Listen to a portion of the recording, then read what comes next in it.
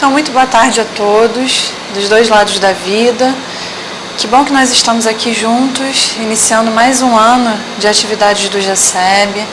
Com muita alegria que a gente inicia esse novo ciclo, com novas possibilidades, a vontade renovada de não somente do estudo, né, mas também da nossa convivência fraterna, a nossa presença aqui no grupo, a nossa união e, acima de tudo, a gente poder compartilhar com o maior número de irmãos e amigos do nosso cotidiano, da nossa família, do nosso ambiente de trabalho, as pessoas que convivem conosco, a gente levar a boa nova, o Evangelho do nosso Mestre Jesus, a nossa amada doutrina espírita, para os irmãos que convivem conosco e que principalmente ainda não tiveram a possibilidade desse conhecimento que transforma vidas, que transformou as nossas vidas e permanece transformando a nossa caminhada. Bom, a gente começa o nosso ciclo, o nosso tema de hoje ele é assim, não podia ser outro para o início da nossa caminhada de 2017.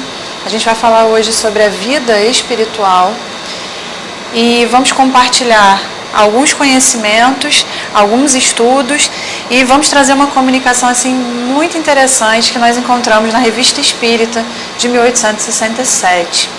Mas antes da gente chegar ao tema da nossa reunião, a gente vai lembrar algumas coisas importantes das nossas atividades do nosso grupo.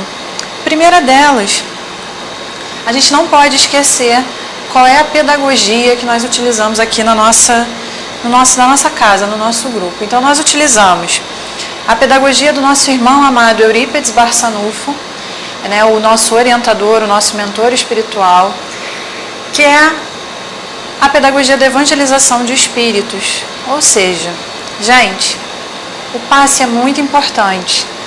Um trabalho de psicografia traz boas notícias e muitas surpresas para a gente. Um trabalho de desobsessão, e a gente já conversou que até o próprio nome, desobsessão, a gente não é muito simpatizante desse nome, pelo seguinte: quem é o obsessor? O obsessor foi um termo que didaticamente a doutrina colocou para a gente, para que a gente pudesse entender o contexto do processo de obsessão. Mas se eu disser assim, que qualquer um de nós, quando desencarnados, somos obsessores em potencial, atenção. E aí, quando é que a gente descobre que a gente é um obsessor em potencial? Basta a gente fazer a seguinte visualização. Se nós desencarnássemos hoje, nós temos os nossos apegos? Então, a gente desencarnou hoje. Como é que ficariam as nossas coisas, as pessoas com quem nós nos relacionamos? E aí eu sempre trago duas situações assim que eu brinco um pouquinho com o pessoal. Se nós desencarnássemos hoje, imaginemos quem tem cunhada, e ela fosse mexer nas suas coisas. Você gostaria que ela mexesse nas suas coisas? Então, o seu jogo de maquiagem, as suas roupas, os seus sapatos. Isso eu estou falando para nós meninas. Se eu for para o lado dos meninos, e agora não dá nem para a gente dividir assim, né? Muito assim. Mas vocês gostariam do cunhado de vocês mexendo nas coisas de vocês, no automóvel de vocês, nos livros de vocês, assim como nós também não gostaríamos. Nos relacionamentos, o seu companheiro, a sua companheira, num novo relacionamento. Então a gente percebe que nós ainda somos muito apegados e somos ainda obsessores em potencial, infelizmente. E mais complicado ainda para os espíritas, hein? Eu queria avisar isso. Já imaginou? Você é espírita, aí você chega do plano espiritual e diz assim: caramba, eu frequentei um grupo cujo orientador espiritual era Eurípides Barçanufo. Estudei muito a literatura do Chico Xavier, ouvi muitas mensagens do Emmanuel, e aí o mentor vai dizer assim para você, e mesmo assim você está com esse comportamento obsessivo em relação ao seu companheiro, à sua companheira, às suas coisas, entre aspas.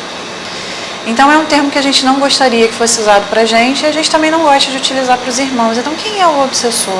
Um ser como qualquer um de nós, um espírito que desencarnou, não compreendeu o processo do desencarne, ou porque não teve acesso a esse conhecimento, ou mesmo tendo acesso, não conseguiu assimilar, e vive as suas dificuldades, o seu sofrimento pelos apegos afetivos, pelos apegos ainda materiais. Então a pedagogia do Eurípides é a de evangelizar.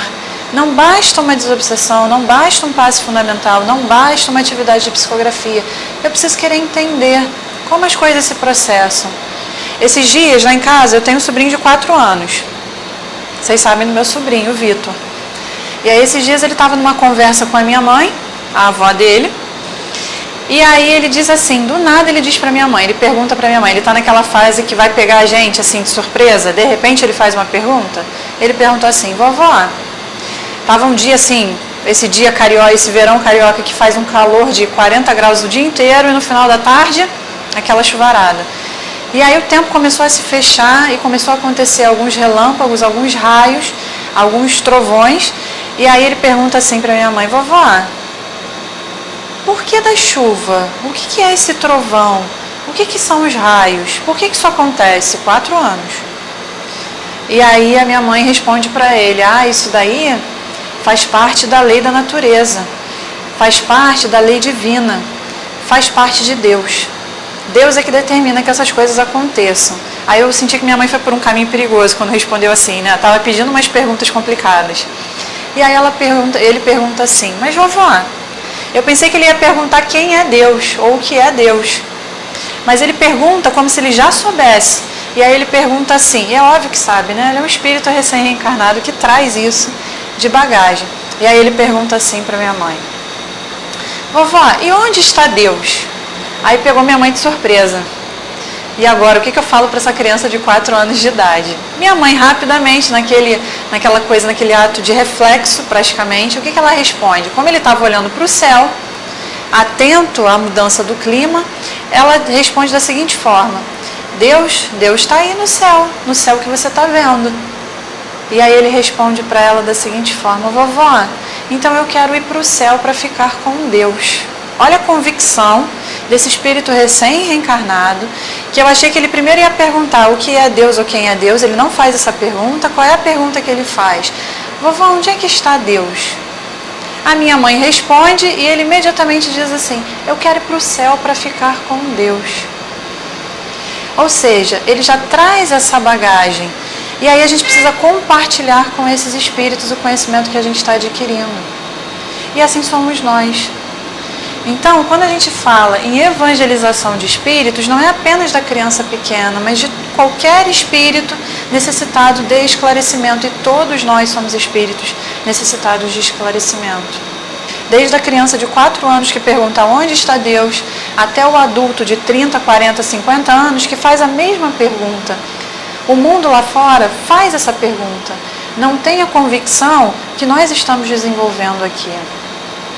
Quer entender o que é a justiça divina, quer entender o objetivo da vida, quer entender para onde vai após a chamada morte. Aliás, teme o processo da morte por desconhecê-la. A gente só sente medo daquilo que a gente desconhece. Então nós precisamos compartilhar. E aí a pedagogia do nosso grupo é essa. Nós vamos compartilhar conhecimento a partir do Evangelho e da doutrina espírita. Amigos, de todo o coração.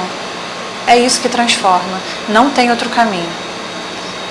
O dia que nós pudermos vir para o passe, receber o passe e conseguirmos manter aquela boa energia pelo maior tempo possível, nós estaremos no caminho. Certa vez eu estava do lado de um estabelecimento esperando minha mãe, era até um outro grupo espírita, e aí eu estava esperando minha mãe que estava saindo da sua atividade mediúnica, eu estou do lado de fora esperando, e era um dia que tinha chovido bastante. Mas não estava chovendo na hora, tinha chovido, se não me engano não era nem verão, era até inverno. E aí formou em frente a esse grupo poças de água.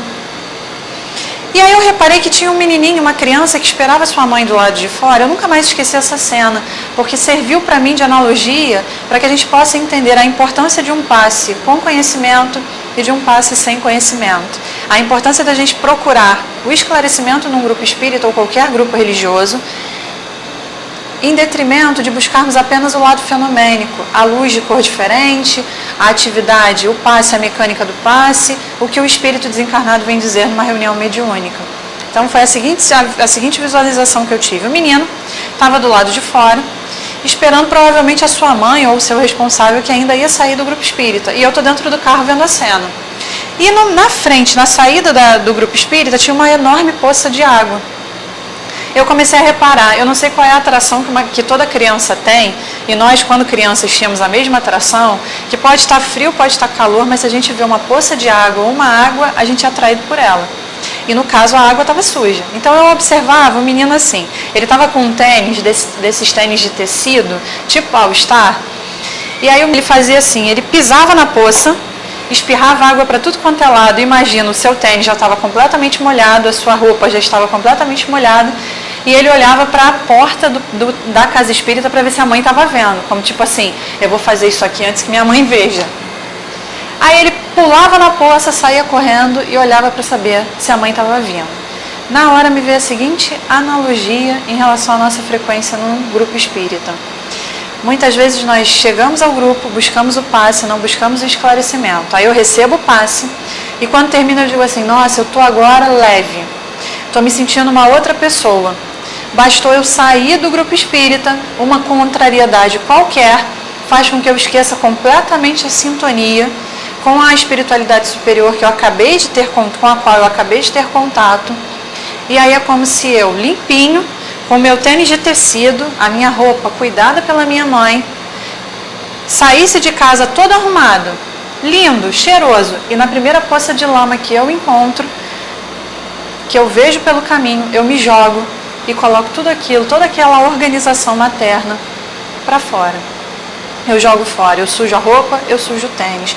Assim somos nós, quando nós não buscamos nos esclarecer. Eu venho, recebo o passe, fico uma pessoa melhor. Mas quando eu saio, eu não tenho a base, que só o conhecimento pode me dar, a base para a minha transformação. Para ter mais paciência, me ofender menos, ser mais solidário, ser mais altruísta. Somente o esforço, e isso dá trabalho. A evolução é como se fosse o nosso trabalho cotidiano material. Todo dia uma tarefa, todo dia uma atividade. Meu pai costuma dizer o seguinte, filha, você vai para o teu trabalho, tenta cumprir toda a sua agenda do dia. Porque se você não cumprir, no dia seguinte, você vai ter a agenda do dia seguinte e mais as tarefas acumuladas do dia anterior. Não que eu já tenha aprendido a lição. Coitado, ele sofre comigo. Mas é o esforço que a gente precisa fazer em espírito da mesma forma. Eu tenho uma agenda para hoje. Qual é a minha agenda para hoje? Eu tenho que ser mais solidário, eu tenho que ajudar mais a minha família, eu tenho que me colocar mais paciente, eu tenho que ser uma pessoa mais otimista. Eu nunca vi o início de ano com pessoas tão desanimadas.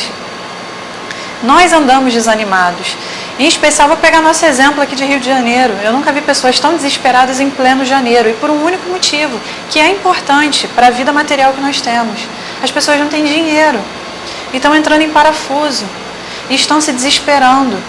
E junto não tem dinheiro, não tem sistema de saúde, não tem sistema de educação. E as pessoas estão entrando em colapso.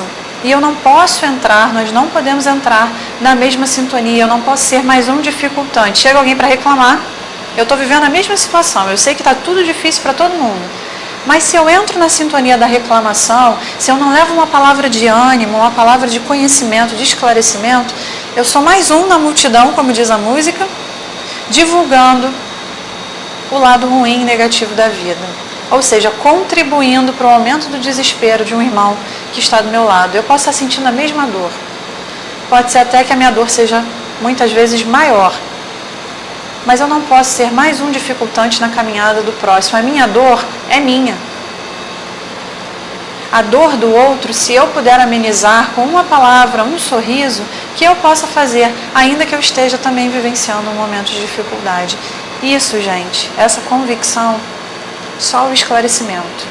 Por isso a nossa pedagogia, o que nós priorizamos no GESEB, o conhecimento. Agora, início do ano, graças aos nossos irmãos Renata e Rachid, colaboradores do nosso grupo, que nos brindaram com um gravador, né, e microfone, a gente vai começar a colocar as nossas reuniões de todos os nossos expositores na internet. Então, na nossa página no YouTube, que em breve a gente vai começar a divulgar nas redes sociais, ela já existe, mas a gente fez até uma pequena divulgação no ano passado, mas não levamos adiante, esse ano nós levaremos.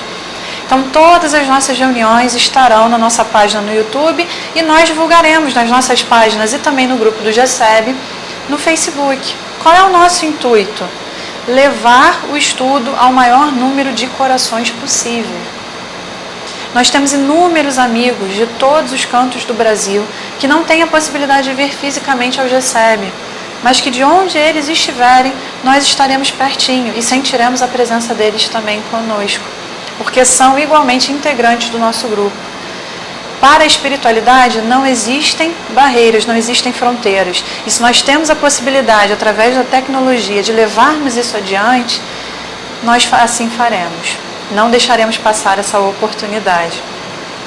Então, evangelização de espíritos. Segundo item, são os nossos dias e horários, que continuam os mesmos. Praticamente todos os nossos estudos serão agora gravados, inicialmente em áudio, e mais para frente nós lutaremos, batalharemos para a aquisição de uma câmera, contando com a ajuda de todos, claro, já vou avisando, né? Que a gente vai contar com a colaboração de todos. Então a gente continua com os nossos estudos de NEP, Núcleo de Estudo e Pesquisa do Evangelho, às segundas-feiras, das 19 às 20h30. Às terças-feiras, né? Hoje são os nossos dias de palestra, às 16 horas, agora o nosso horário, e às 20h30, são sempre os mesmos temas na terça. À tarde, para quem consegue vir à tarde, e à noite para os irmãos que só conseguem vir à noite. Quartas-feiras são os dias dos nossos passes, das 16 às 19h30, o passe presencial, das 19h30 às 20 horas, o passe remoto. Então nós deixamos o nome das pessoas que não podem vir ao GCEB, que nós sabemos que estão vivendo momentos de dificuldade. Sexta-feira nós temos uma outra turma de NEP. Na segunda-feira nós estamos estudando as cartas de Paulo. Na sexta-feira nós estamos fazendo um estudo miudinho, de pouquinho em pouquinho, do Evangelho de Jesus, versículo por versículo, capítulo por capítulo, das 16 às 17h30 da tarde. Todo esse material, o material de sexta-feira, nós trouxemos do CERJ, então nós recebemos todo o apoio, toda a ajuda do CERJ, que é o Conselho Espírita do Estado do Rio de Janeiro. Aos sábados, nós temos às 9 horas o estudo do Evangelho, que nós escolhemos esse mesmo horário, porque lá em Sacramento, nós sabemos que nesse horário também acontece o estudo do Evangelho. Às 11 horas nós temos o nosso encontro da mocidade, a mocidade do GCEB, que eu brinco sempre que não é uma mocidade tão mocidade, né? A gente vai ter desde o pessoal de 20 até o pessoal de 30. E às 16 os ensinos de Jesus, ensinos que são baseados no livro Ensinos e Parábolas e Ensinos de Jesus, do Caibar Schutel. Então nós vamos recomeçar, nós terminamos o livro ano passado, foram 2 anos estudando o livro, e vamos reiniciar. E aí nós começamos pelas parábolas, cada sábado, um expositor diferente, assim como será aqui também, nas nossas reuniões de terça. E todo quarto domingo de cada mês nós fazemos a nossa caravana fraterna de auxílio e amparo aos nossos irmãos que estão morando nas ruas. Nós levamos alimento, uma palavra amiga e roupas. Esse mês será no dia 22 de janeiro. 22, deixa eu só confirmar aqui. Será no dia 22 de janeiro, tá? Então, às 19 horas. E aí, vamos para o nosso tema. A vida espiritual. Só que eu gostaria que a gente visualizasse o nosso tema, não propriamente com a visão do encarnado. Porque a visão do encarnado é a seguinte: será? Eu vejo muitas vezes nós estudamos, mas continuamos intimamente temendo o processo da morte e ainda ficamos com uma pontinha assim, mas se não for totalmente... E a gente precisa começar a desenvolver a nossa fé, a aumentar a nossa convicção. Então eu gostaria que a gente visualizasse no dia de hoje que nós não estamos encarnados, mas que nós somos desencarnados. Até porque nós vamos ter uma grata surpresa com a comunicação tirada da Revista Espírita de 1867.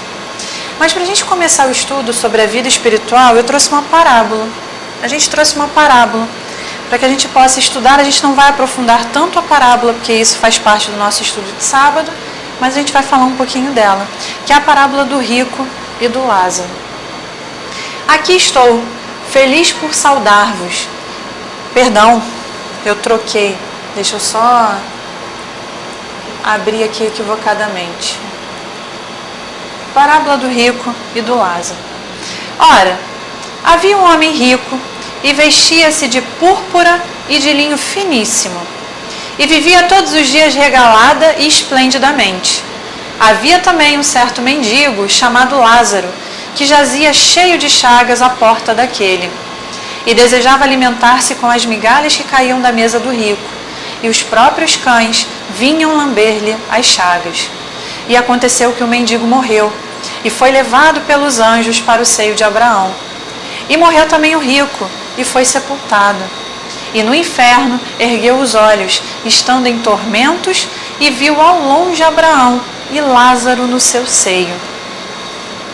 E chamando disse: Pai Abraão, tem misericórdia de mim, e manda a Lázaro que molhe na água a ponta do seu dedo e me refresque a língua, porque estou atormentado nesta chama. Disse, porém, Abraão: Filho, lembra-te de que recebeste os teus bens em tua vida e Lázaro somente males? E agora este é consolado e tu atormentado.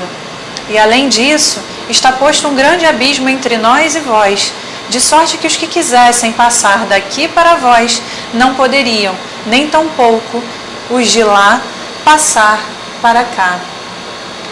E disse ele: Rogo-te, pois, ó Pai, que o mandes à casa de meu pai, pois tenho 5 irmãos, para que lhes dê testemunho, a fim de que não venham também para este lugar de tormento. E disse-lhe Abraão: Tem Moisés e os profetas, ouçam-nos. E disse ele: Não, pai Abraão, mas se algum dentre os mortos fosse ter com eles, arrepender-se-iam. Porém Abraão lhe disse: Se não ouvem a Moisés e aos profetas, tampouco acreditarão, ainda que algum dos mortos ressuscite. Por que eu trouxe essa parábola? Vamos olhar ela do início. A gente está falando sobre a vida espiritual. Então ela no início ela diz assim: Ora, havia um homem rico e vestia-se de púrpura e de linho finíssimo, e vivia todos os dias regalado e esplendidamente. Havia também um certo mendigo chamado Lázaro, que jazia cheio de chagas à porta daquele, e desejava alimentar-se com as migalhas que caíam da mesa do rico, e os próprios cães vinham lamber-lhe as chagas. Vamos sair da comparação pobreza e riqueza. É óbvio que a parábola não se limita a isso. Ela pegou uma situação para passar um conhecimento muito mais amplo. Vamos trazer para a gente, nós aqui, frequentadores do nosso grupo. Esquece a riqueza, esquece a pobreza material, de bens. Até porque, para nós que participamos da caravana, a gente percebe que a gente vai ter o morador de rua que entende a sua situação, o morador de rua que ainda mantém uma enorme prepotência. Nós vamos ter o rico que entende a sua responsabilidade, nós vamos ter o rico também dotado de enorme prepotência, de enorme vaidade. Então não é nesse contexto que a parábola quer nos falar, mas num contexto muito mais amplo. Se a gente pegar o conceito de riqueza e pobreza a nível espiritual, qual seria a nossa riqueza hoje? Vocês sabem me precisar? Qual seria a riqueza que nós temos? Ora, lembrem do início que eu falei que a pedagogia do Eurípides é a de evangelização de espíritos, que na realidade é a pedagogia de Jesus, evangelizar para que nós possamos nos transformar. A nossa riqueza hoje é o conhecimento que nós temos acesso. Nós temos uma possibilidade muito grande de adquirirmos conhecimento e de colocarmos esse conhecimento em movimento para transformarmos a nossa vida. Então nós temos um fórum como nosso grupo, nós temos hoje a possibilidade de acesso através da internet, de assistirmos inúmeros irmãos palestrantes que nos esclarecem todos os dias. Nós temos o acesso à doutrina espírita, nós conhecemos o Evangelho de Jesus. Então, perante a realidade do mundo lá fora, nós temos essa riqueza, esse bem valioso. Mas morando perto de nós temos o Lázaro, que a princípio a gente não vai olhar a figura do Lázaro, aquele que no plano espiritual passou por uma melhor condição. Vamos analisar a condição dele ainda encarnado. Diante desse conhecimento que eu acabei de falar, o Lázaro, no nosso contexto, seria todo aquele irmão que sofre porque desconhece as verdades espirituais. Vive cheio de chagas e os cães vêm lamber-lhe as feridas. O que acontece? O rico da parábola vive toda a sua riqueza despreocupadamente, quando desencarna, se encontra numa situação ruim. O Lázaro vive o contexto da sua pobreza de maneira mais digna do que o rico, e quando chega no plano espiritual se encontra numa condição superior. Quem tem responsabilidade maior hoje? Nós espíritas, cristãos, olha, fui além de espíritas, cristãos, ou aquele que desconhece qualquer conhecimento. Será cobrado muito mais de quem souber mais. E aí será cobrado por quem? Pela nossa própria consciência. Então, o rico, trazendo para a gente e alertando a nossa visão para a chamada vida espiritual, nós somos ricos de possibilidades de conhecimento. E o que nós fazemos com esse conhecimento? Nós transformamos a nossa vida, nós auxiliamos os demais a transformarem as suas vidas. Nós somos um elo que facilita a corrente de amor de Deus nosso Pai, ou nós somos um dificultante? O rico, quando chega no plano espiritual, e aí se a gente for pegar a literatura espírita, nós vamos encontrar no livro Voltei uma situação em que o nosso irmão Jacó vem e diz pra gente: espíritas, acordem, não basta ser espírita, é preciso ser um espírito procurando vivenciar as leis de Deus. Então ele vem dizer: eu fui espírita, eu trabalhei pelo espiritismo, mas quando eu desencarnei eu me julgava numa posição e na realidade eu estava em outra. Quem não fez a leitura ainda do livro Voltei, recomendação, primeiro dever de casa de 2017. Quando a gente pega a literatura, por exemplo, do Emmanuel, no Há 2000 anos, ele conta toda a sua história. E no final é como se ele dissesse assim pra gente: fiquem atentos. Não façam o mesmo que eu fiz há 2000 anos, pois os sofrimentos são inúmeros depois. Quando nós pegamos o livro Nosso Lar, que é o primeiro contato com o André Luiz, é como se o André Luiz dissesse o mesmo: não desperdicem a oportunidade de uma vida de experiências positivas para crescimento espiritual. Não desperdicem como eu desperdicei, sob pena de passarem pelos mesmos sofrimentos que eu passei. Olha a amorosidade desses espíritos que vêm, contam as suas experiências, para que a gente não passe pelas mesmas dificuldades. Bom, e aí morrem os dois, desencarnam os dois. O rico, ao chegar no plano espiritual, percebe a sua condição e vê que Lázaro está no seio de Abraão, o patriarca do judaísmo. Lembrando que quem está contando essa parábola é Jesus. Jesus, que era judeu, contando para judeu. E aí quando o rico visualiza: mas espera aí, o Lázaro, aquele cheio de ferida, que comia das migalhas que caíam da minha mesa, que os cães lambiam as feridas, como é que ele está melhor do que eu? Pai, eu preciso voltar. Eu preciso contar para aqueles que ficaram que a vida não é só a material, que existe muito além, para que eles não sofram o mesmo que eu estou sofrendo. E aí olha só o que Abraão diz para ele na parábola contada por Jesus: filho, lembra-te de que recebeste os teus bens em tua vida, e Lázaro somente males, e agora este é consolado e tu atormentado. E além disso, está posto um grande abismo entre nós e vós, de sorte que os que quisessem passar daqui para vós não poderiam, nem tampouco os de lá passar para cá. E aí ele pede: pai, manda a casa de meu pai, pois tenho 5 irmãos para que lhes dê testemunho. A gente poderia aprofundar mais esses 5 irmãos, mas a gente não vai fazer hoje porque o foco da nossa reunião é outro. A fim de que não venham também para este lugar. E aí Abraão responde: eles têm Moisés e os profetas, que ouçam eles, que os ouçam. É como se dissesse assim: mas eles não têm Moisés?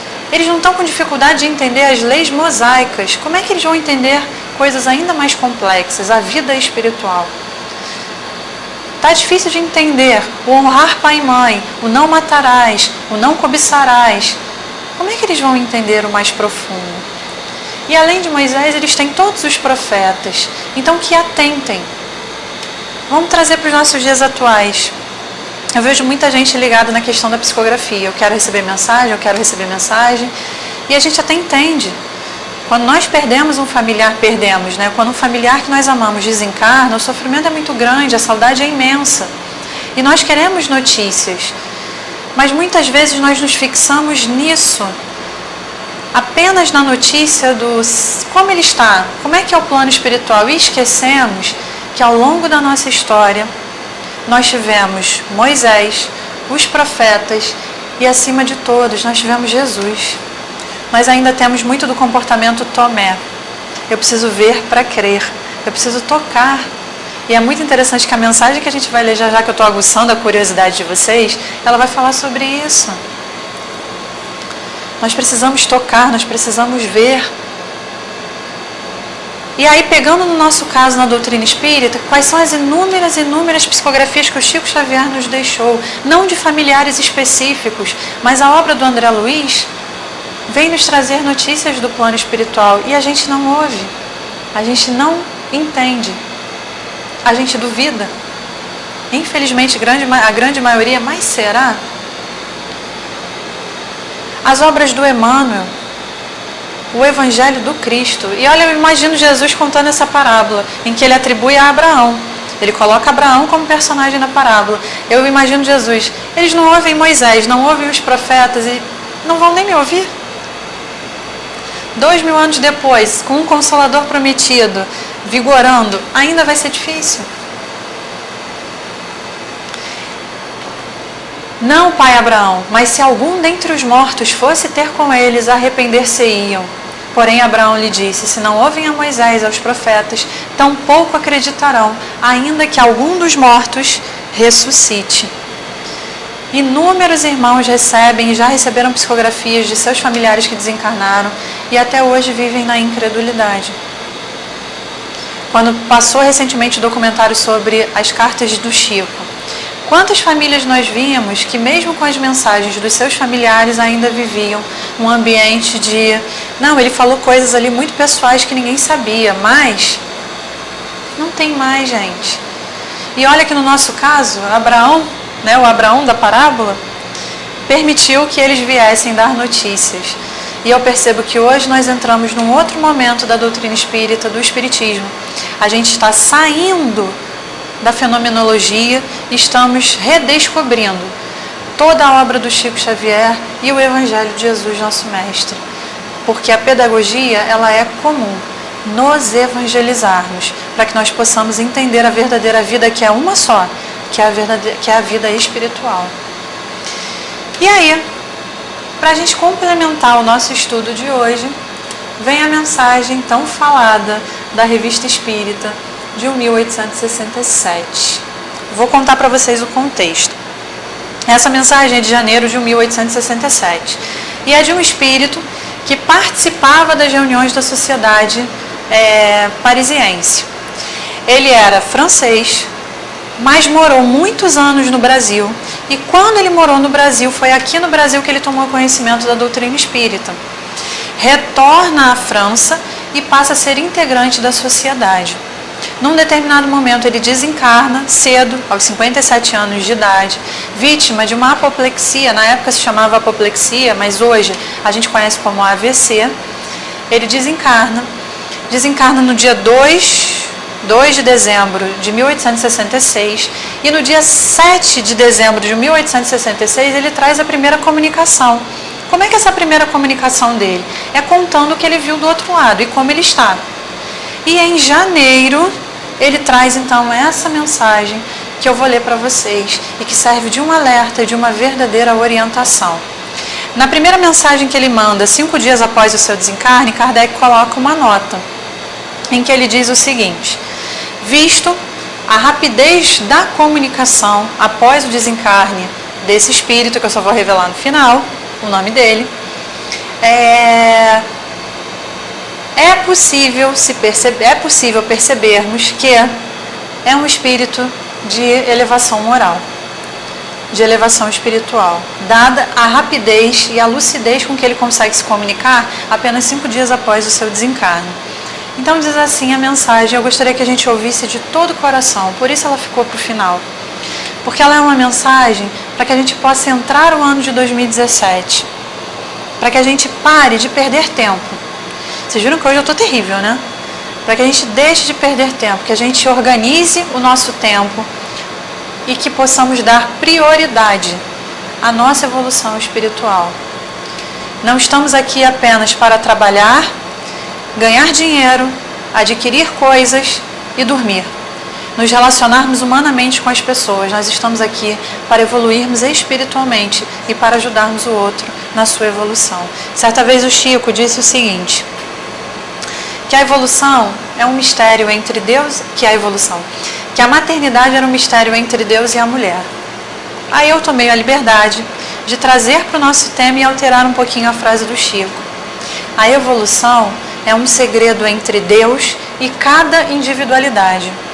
Eu não posso dizer que fulano evoluiu mais do que ciclano. Eu não posso avaliar o outro, eu só posso me avaliar. E para me avaliar, eu preciso conhecer o processo da evolução. Saber que muitas vezes alguém diz assim, como você mudou? E às vezes eu sei que eu mudei muito pouquinho, que eu preciso me esforçar mais. Ou que às vezes alguém diz assim pra gente, né, tentando desestimular, mas você, espírita, fazendo essas coisas, e a pessoa não faz ideia de toda a transformação pela qual nós já passamos, porque antes fazíamos ainda pior. E aí acabam os julgamentos, acaba o apontar de dedo para o próximo, eu passo a olhar para o meu interior e a entender que a mesma luta que eu vivo para evoluir, o outro vive da mesma forma. Então diz assim a mensagem: aqui estou, feliz por saudar-vos, encorajar-vos e vos dizer, irmãos, Deus vos cumula de benefícios, prometendo-vos nestes tempos de incredulidade respirar a plenos pulmões o ar da vida espiritual que sopra com vigor através das massas compactas. Olha que bonito como ele inicia a mensagem. Ele inicia, e eu fico imaginando, imaginemos assim, a gente faz parte de um grupo, um irmão desencarna e poucos dias depois ele vem dar notícias. Um mês depois ele vem trazer uma mensagem de encorajamento e de esclarecimento do que devemos fazer e da oportunidade que nós temos enquanto encarnados. Olha a alegria desse grupo. E aí ele diz assim, olha como é tão atual, eu senti essa mensagem tão atual. Em 1867, os tempos eram de incredulidade. Aí eu olho 2017, os tempos continuam sendo de incredulidade e de desespero, de conflito, de países ainda em guerra, de pessoas desesperadas pelos bens materiais, de pessoas apáticas por problemas de saúde, incrédulas. Como pode Deus ser justo? E olha o que ele fala. Deus vos cumula de benefícios, nos cumula de benefícios, e nós precisamos contagiar e compartilhar com o maior número de pessoas, porque nesses tempos de incredulidade Ele nos permite respirar a plenos pulmões o ar da vida espiritual. É o que nós estamos fazendo aqui hoje. Que sopra com vigor através das massas compactadas. Eu estou numa massa compactada, eu estou encarnado, eu estou aprisionado para mais uma experiência. E o que a misericórdia divina me permite? O acesso ao sopro da vida espiritual, a plenos pulmões. A gente tem a doutrina espírita, chega a emocionar. A gente tem Jesus através do seu evangelho norteando o nosso caminho. Nós temos tudo, estamos com tudo para darmos certo nessa encarnação e auxiliarmos o maior número de irmãos possível. E aí ele segue: crede em vosso antigo associado, crede em vosso amigo íntimo, vosso irmão pelo coração, pelo pensamento e pela fé, crede nas verdades ensinadas. Tenham fé, acreditem nas verdades ensinadas. Elas são tão seguras quanto lógicas. Crede em mim, que há alguns dias me contentava como vós em crer e esperar. Alguns dias, ele tinha acabado de desencarnar. Praticamente um mês depois dessa mensagem. Essa é a segunda mensagem. Elas são tão seguras quanto lógicas. Crede em mim que há alguns dias me contentava como vós em crer e esperar, ao passo que hoje a doce ficção é para mim uma imensa e profunda verdade. Eu toco, eu vejo, eu sigo, eu possuo, então isso existe. Ele foi além de Descartes, né? O penso logo existo. Olha o que ele diz: eu toco, eu vejo, eu sigo, eu possuo, então eu existo. Analiso minhas impressões de hoje e as comparo com as ainda frescas da véspera. A realidade dele e a realidade dele às vésperas do desencarne. Não só me é permitido comparar, sintetizar, pesar minhas ações, meus pensamentos, minhas reflexões, julgá-las pelo critério do bom senso, mas eu as vejo, eu as sinto, eu sou testemunha ocular, sou a coisa realizada, sou o espírito imortal, palavras minhas. Olha o que ele diz, eu sou a coisa realizada, eu sou o espírito que sobrevive à chamada morte, porque a vida verdadeira é a vida espiritual. Não são mais consoladoras hipóteses, sonhos dourados, esperanças. É mais que uma certeza moral. É o fato real, palpável, o fato material que se toca, que vos toma sob sua forma tangível e que nos diz, isto é. Aqui tudo respira calma, sabedoria, felicidade. Aí bateu aquela inveja, né, gente? Mas é a condição de um espírito de elevação moral que nós estamos buscando alcançar. Aqui tudo respira calma, sabedoria, felicidade, tudo é harmonia. Tudo diz, eis o suprassumo do senso íntimo. Não mais quimeras, falsas alegrias, não mais temores pueris, não mais falsa vergonha, não mais dúvidas, não mais angústias. Eles são os espíritas primitivos.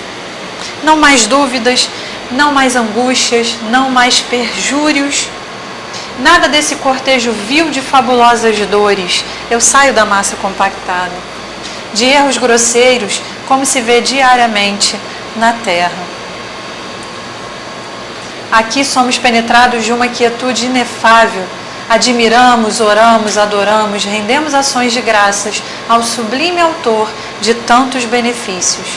Estudamos e entrevemos todas as potências infinitas. Vemos o movimento das leis que regem a natureza. Cada obra tem uma finalidade, que conduz ao amor, diapasão, da harmonia geral. Cada obra, e aí eu aponto para cada um de nós, cada obra tem uma finalidade, que conduz ao amor, diapasão, da harmonia geral. Vemos o progresso presidir a todas as transformações físicas e morais, porque o progresso é infinito como Deus que o criou. Tudo é compreensível, tudo é claro, preciso, nada de abstrações, porque tocamos com o dedo e a razão o porquê das coisas humanas. As legiões espirituais adiantadas só têm um objetivo, o de se tornarem úteis a seus irmãos atrasados, para elevá-los para elas. Olha o objetivo das legiões superiores, adiantadas, o de se tornarem úteis a seus irmãos atrasados para elevá-los para elas. É um elo de uma corrente. Que tipo de elo nós somos? Nós auxiliamos as legiões adiantadas ou nós somos mais um dificultante? Entremos nessa harmonia, nessa sintonia. Passemos a entender que a nossa dor é necessária para o nosso crescimento e que ela não deve nos impedir de caminhar, mas pelo contrário, nos impulsionar. Tenhamos coragem, tenhamos ânimo para seguirmos adiante, tentando entender cada ensinamento que cada detalhe do nosso sofrimento quer nos passar. E aí um dia, a finalidade do sofrimento no nosso aprendizado terá terminado. Por isso a frase que Maria diz ao Chico Xavier e que o Chico passa para a gente. Isso também passa. Tudo passa no momento em que nós aprendemos a lição com aquela ação, com aquela determinação da pedagogia divina nas nossas vidas. Tudo é compreensível, tudo é claro, preciso, nada de abstrações, porque tocamos com o dedo e a razão o porquê das coisas. As legiões espirituais adiantadas só têm um objetivo, o de se tornarem úteis a seus irmãos atrasados, para levá-los para elas. Trabalhai, pois, sem cessar. Vamos atentar para esse final, e com esse final da mensagem nós vamos encerrando a nossa reunião. Trabalhai, pois, sem cessar, conforme vossas forças, meus bons irmãos, para vos melhorardes e serdes úteis aos vossos semelhantes. Não só fareis a doutrina, que é a vossa alegria, dar um passo, mas tereis contribuído poderosamente para o progresso do vosso planeta. A exemplo do grande legislador cristão sereis homens de amor, e concorrereis para implantar o reino de Deus sobre a terra. Este que é ainda, e mais que nunca, vosso condiscípulo Leclerc. Revista Espírita, 1867. Olha o final, para a gente encerrar a nossa reunião, guardando a chave para a verdadeira vida espiritual, em paz, em harmonia com as leis do Criador. Trabalhai, pois, sem cessar. E esse trabalho é um trabalho silencioso, de cada um, com a divindade. Mas nós podemos nos amparar mutuamente. Trabalhai sem cessar, conforme vossas forças, meus bons irmãos, para vos melhorardes e serdes úteis aos vossos semelhantes, sem lamentação, sem medo, sem tristeza, sem sensação de abandono, porque nós somos infinitamente amados por Deus. Somos irmãos de Jesus.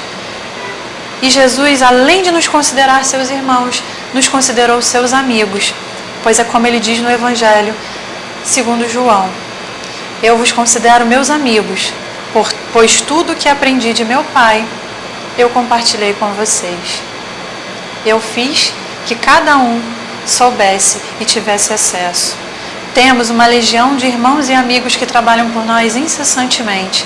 No nosso grupo, a gente recorda Eurípides Barçanufo, Dr. Bezerra de Menezes, Caibar Schutel, Leon Denis, Joana de Ângeles, o codificador da nossa doutrina, Allan Kardec, e tantos outros irmãos, o nosso amado Emmanuel, que trabalham incessantemente por nos auxiliar. Sigamos com alegria na alma, buscando a verdadeira vivência que é a do Espírito. Graças a Deus.